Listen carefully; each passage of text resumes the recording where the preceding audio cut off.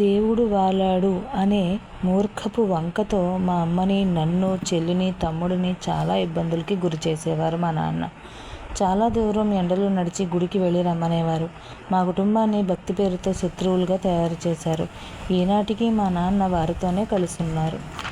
అమ్మ చనిపోయింది, తమ్ముడు వెళ్ళిపోయాడు.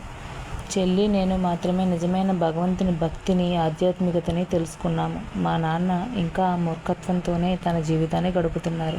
మా నాన్నకి నిజమైన దేవుణ్ణి తెలిసేలా చేద్దామని నేను చాలా ప్రయత్నించాను. కానీ నాన్నకి తెలుసుకునే ఉద్దేశం లేదు. ఎవరికి సమయం వచ్చినప్పుడు వారే తెలుసుకుంటారు అనే గురువుగారి మాటలు గుర్తుకు వచ్చి నాన్నని మార్చాలి అనే ఆలోచనని వదిలేశాను.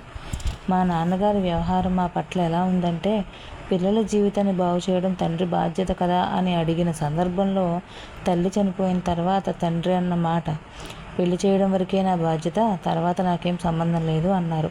ఇలాంటి వ్యక్తి కోసమా నేను దేవుణ్ణి తెలుసుకోవాలి, చూపించాలి అని 13 సంవత్సరాల వయసు అప్పటి నుంచి ఇప్పటి వరకు కష్టపడ్డాను. 2021న అమ్మ చనిపోయింది.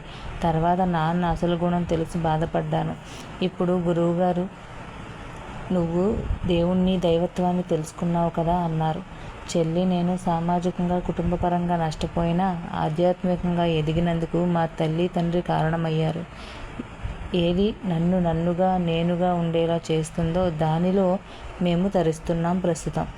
నేను ఎవరో తెలిసేలా చేసిన నా తరపున, నా చెల్లి తరపున గురువుగారికి పాదాభివందనాలు సమర్పించుకుంటున్నాం. ఈ కథని, వారి జీవితం మీకు తెలియజేయాలనిపించింది. మిత్రులారా, మీకు నచ్చితే దీనిలో భగవంతుని ఎలా తెలుసుకోవచ్చు అనే విషయం ఉంది.